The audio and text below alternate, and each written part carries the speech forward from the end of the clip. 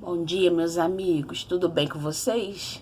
Hoje nós vamos falar, dar continuidade, à nossa reflexão em cima de 1 Coríntios. E nós estamos no capítulo 4 e vamos falar do capítulo 4 até o 6. Mas antes eu vou falar um pouquinho do que eu disse no vídeo de ontem, Paulo está escrevendo à igreja que está em Corinto, porque existem muitos problemas naquela igreja e naquele momento ele não podia visitar pessoalmente, porque ele estava na 3ª viagem missionária. Então ele envia essa carta, para dar algumas instruções e diz que está enviando Timóteo para ensinar novamente aquele povo, as verdadeiras bases do evangelho.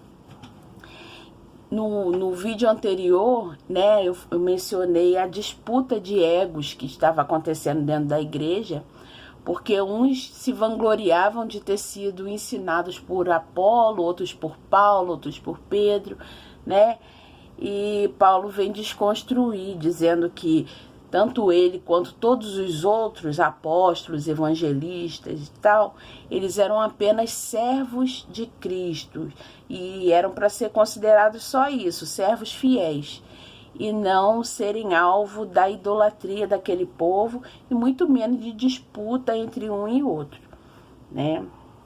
E ele diz: pouco me importa a opinião de vocês ao meu respeito, porque quem me justifica, quem vai julgar as minhas obras é Deus, e é Ele que vai me justificar. E no último dia, todas as obras de todos os homens vão ser manifestas, E essas obras é que vão ser recompensadas. Então, para ele não valia de nada aquela disputa entre os homens para dizer quem era o maior entre eles, entre os apóstolos. Aí, ainda no capítulo 4, ele começa um discurso meio irônico, Porque os coríntios, eles achavam que eles deviam ser ricos, deviam conquistar coisas, deviam ter poder, É mais ou menos como os da teologia da prosperidade hoje, Por ser cristãos, eles acham que Jesus conquistou para eles riqueza, poder, se estabelecer nessa vida, ser cabeça e não cauda, Eles têm aquele discurso e Paulo vem dizer que se eles conquistaram essas coisas não tem nada a ver com o evangelho, E eles não têm do que mesmo se eles tivessem recebido essas coisas de Deus, eles não teriam do que se vangloriar, porque tudo que o homem tem é recebido. Então, se você recebeu, você vai se vangloriar do quê? Eles se tornaram egocêntricos, eles se tornaram arrogantes.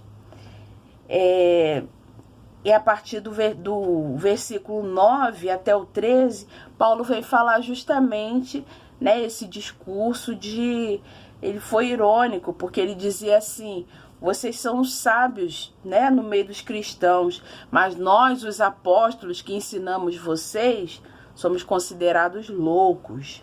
Vocês são fortes, mas nós somos considerados fracos. Vocês são respeitados, mas nós somos os desprezados. Enquanto vocês são ricos, são reis, são poderosos, nós passamos fome, sede, necessidade de roupas, nós somos afrontados, nós somos esbofeteados, nós não temos moradia certa, nós somos considerados a escória do mundo, nós somos lixo, nós somos espetáculos para o mundo.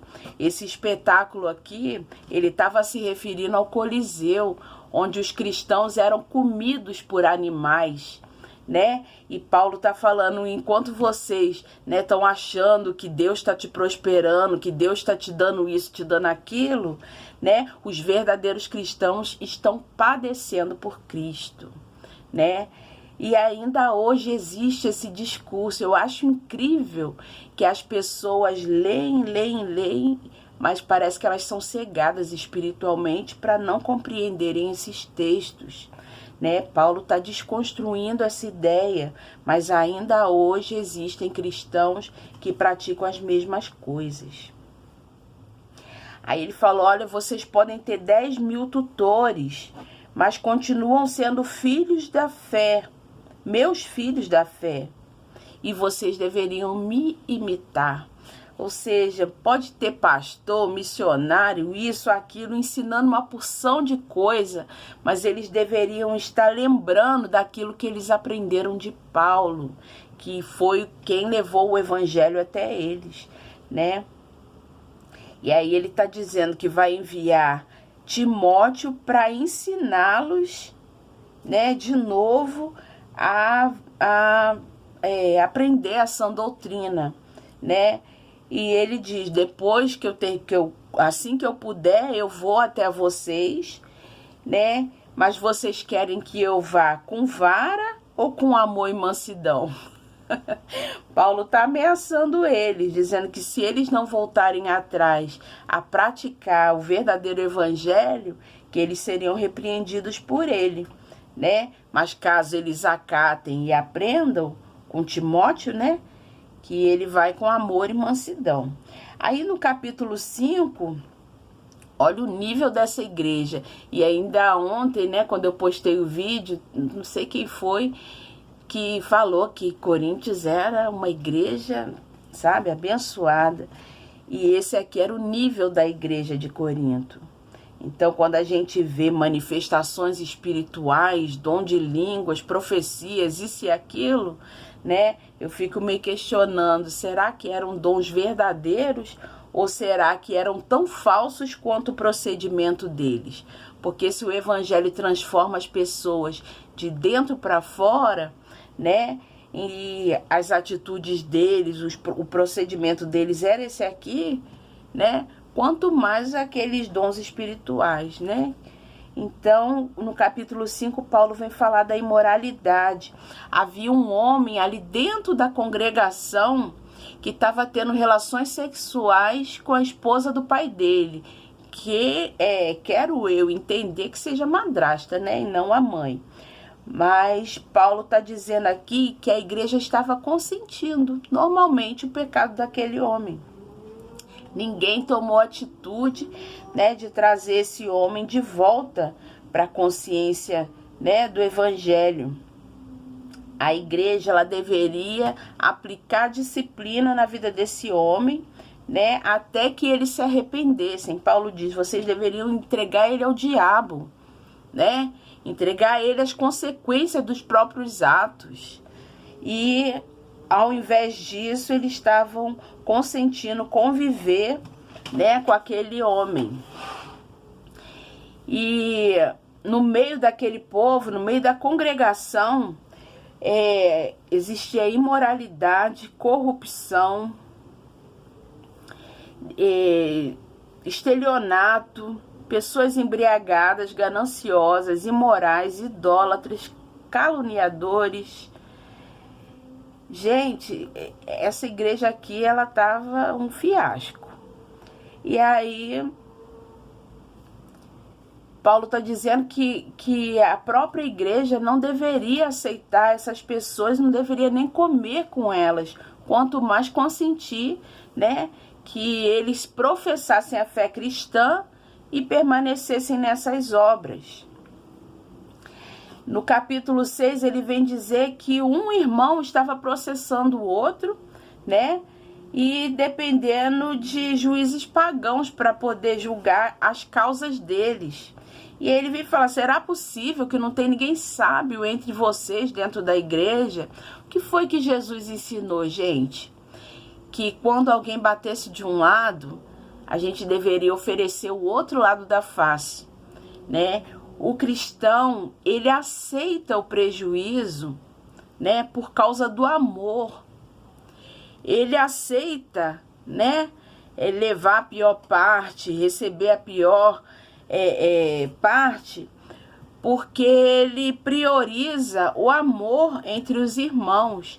E aqui estava acontecendo o contrário, um estava processando o outro, um queria levar vantagem em cima do outro, iam, né, julgar com juízes pagãos, né? Os processos deles eram do lado de fora da igreja. E Paulo vem dizer, será que vocês não entenderam ainda que quando Jesus voltar, a igreja vai reinar junto com Jesus e vai julgar o mundo junto com ele? Será que vocês ainda não entenderam a importância da igreja na terra? Né? A igreja vai julgar o mundo, a igreja vai julgar todas as causas dos homens. Será possível que não tem ninguém sábio dentro da igreja que possa, que só o fato de haver processos entre irmãos já demonstra a derrota da igreja? Olha que coisa mais triste. Paulo dizendo que só isso já demonstrava que eles estavam derrotados, né? Só de um irmão estar contra o outro. O certo seria priorizar o outro e sofrer a injustiça, mas um cometia fraudes contra o outro. Aí Paulo tem que relembrar a eles a lista de quem não herdará o reino de Deus, né? Porque todos aqueles pecados estavam acontecendo do lado de dentro.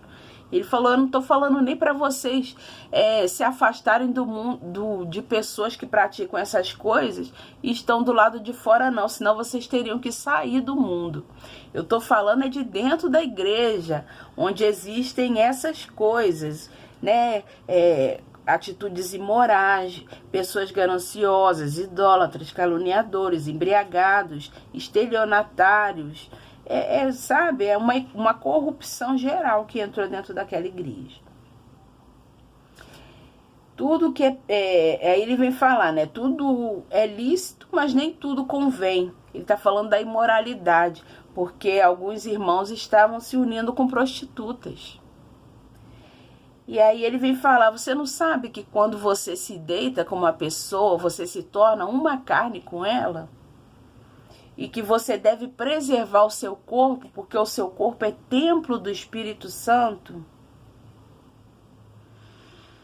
Então você foi comprado por alto preço e por isso você já não se pertence. O cristão não pertence a si mesmo. Ele foi comprado com preço de sangue. Ele pertence a Cristo. Então ele deve glorificar a Deus por meio do próprio corpo, né? Essa era a situação da igreja até aqui. Ainda tem mais, tá, gente? Mas até aqui, né? Essa era a situação da igreja de Corinto, que havia sido evangelizada por Paulo na segunda viagem missionária. E agora, na terceira viagem, ele já estava recebendo essas notícias, que a igreja agia como se Paulo jamais fosse voltar lá, né? E Paulo está dizendo, olha, eu estou indo, mas se eu chegar e tiver nessa mesma situação, eu vou com vara da disciplina. Agora, vocês preferem que eu vá com a vara ou que eu vá com amor e espírito de mansidão? Né? Vamos ficar por aqui que tá pesado aqui o clima.